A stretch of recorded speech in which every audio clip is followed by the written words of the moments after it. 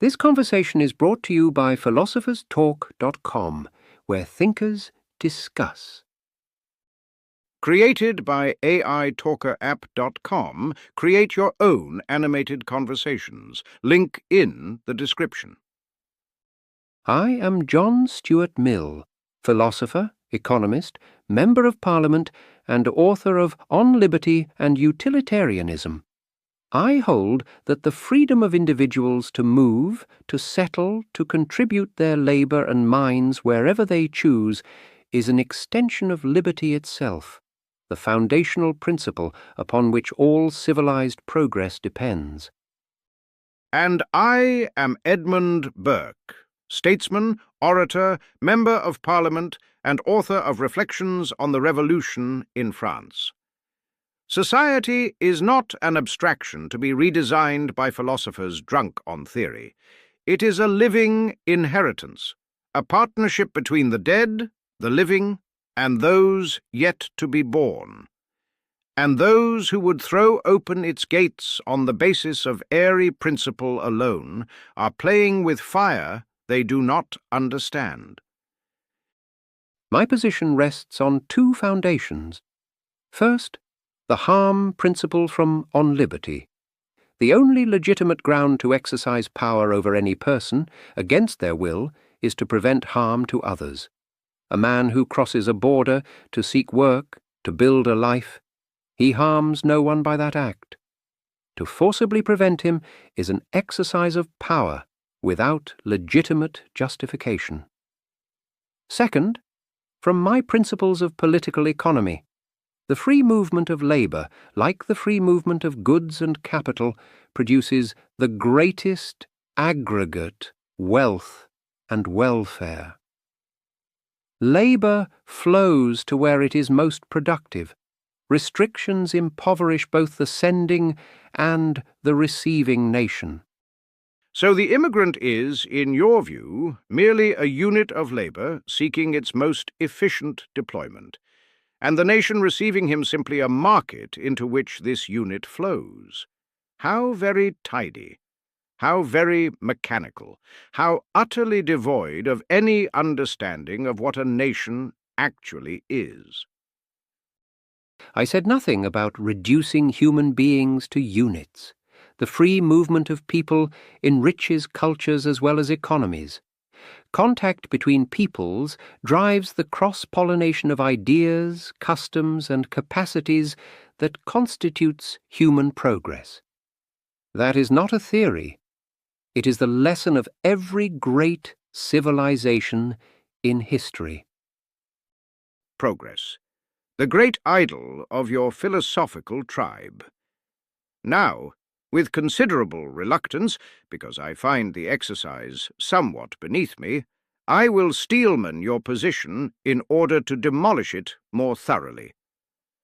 I do this not because your arguments deserve generous treatment, but because I refuse to be accused of attacking a straw man when the real man is quite sufficiently fragile. The strongest version of Mill's case runs as follows. Human beings possess a natural liberty to move and to seek their own flourishing wherever conditions permit.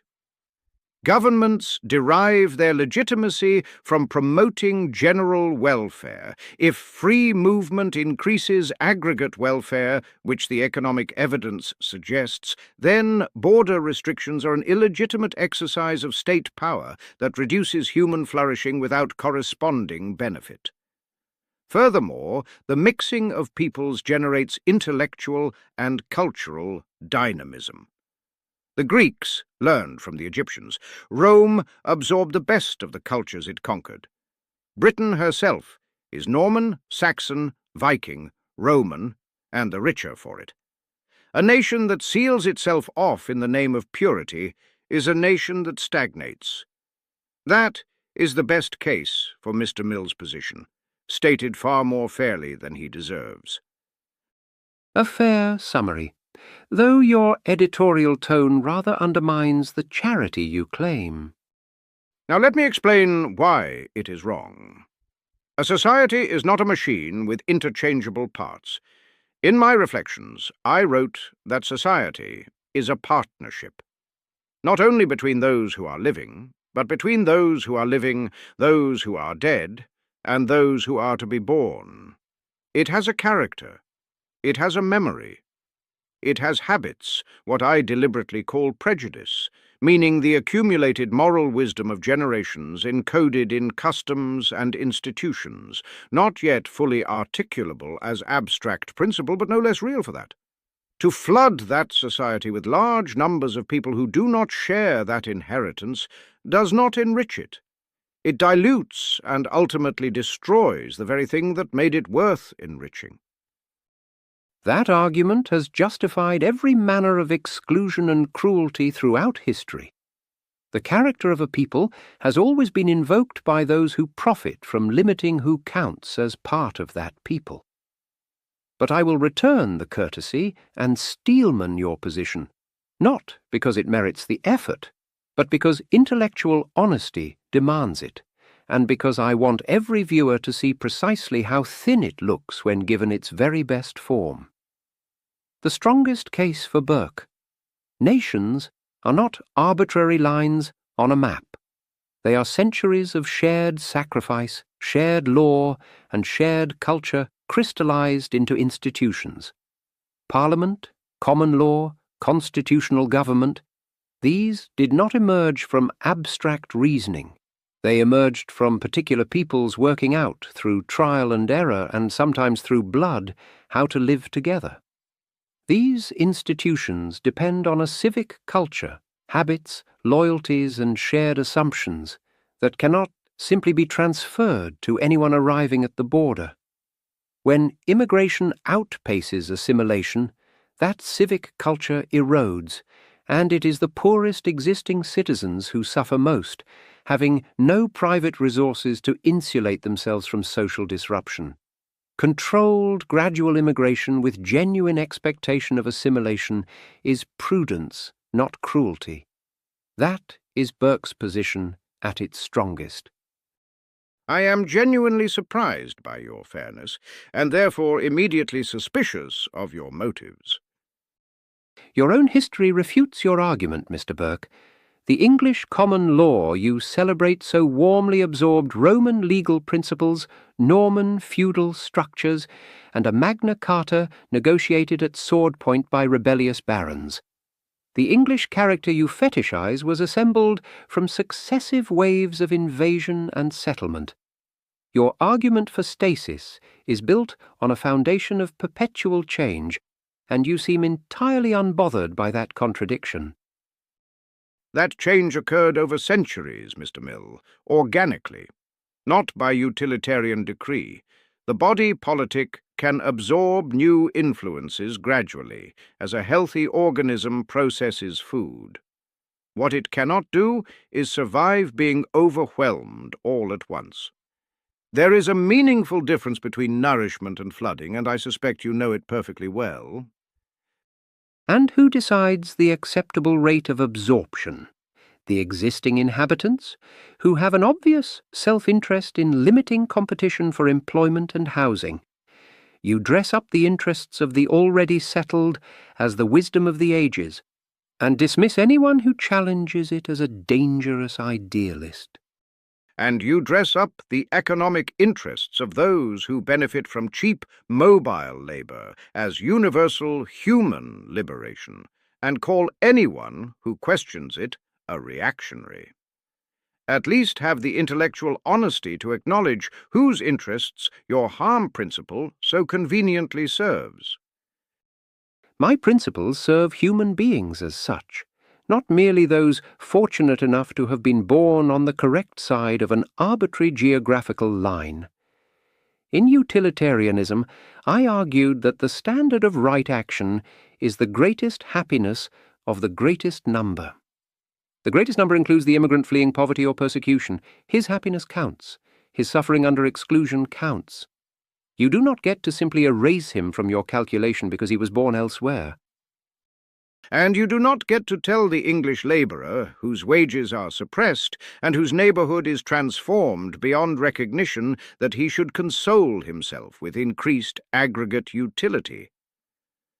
Abstract welfare distributed across faceless millions is cold comfort to the particular man and woman trying to raise children in a community they still recognize as their own.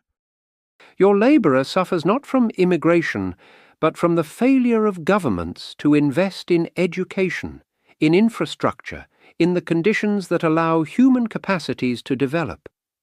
The proper remedy for wage suppression is labour organisation and public investment, not a closed border. Blame the right culprit, Mr. Burke. Over time. Always over time. The utilitarian's favourite escape hatch. The disruption is real and immediate. The compensating benefits are theoretical and eventual. And while your philosopher waits serenely for the long run to vindicate his principles, real communities collapse, real institutions erode, and real people, whom your philosophy counts in the abstract but never actually sees, pay the price. Do not hide behind the working class, Mr. Burke. Your entire political career was devoted to defending the privileges of aristocracy, established church, and inherited wealth against the very reforms that would have genuinely improved the condition of the poor. Do not suddenly discover the English labourer now that he is useful as an argument against the foreign-born.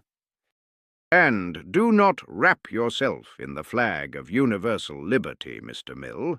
Your utilitarianism, applied with sufficient ingenuity, has been used to justify colonial administration of entire peoples on the grounds that their aggregate happiness would eventually improve under the governance of their betters.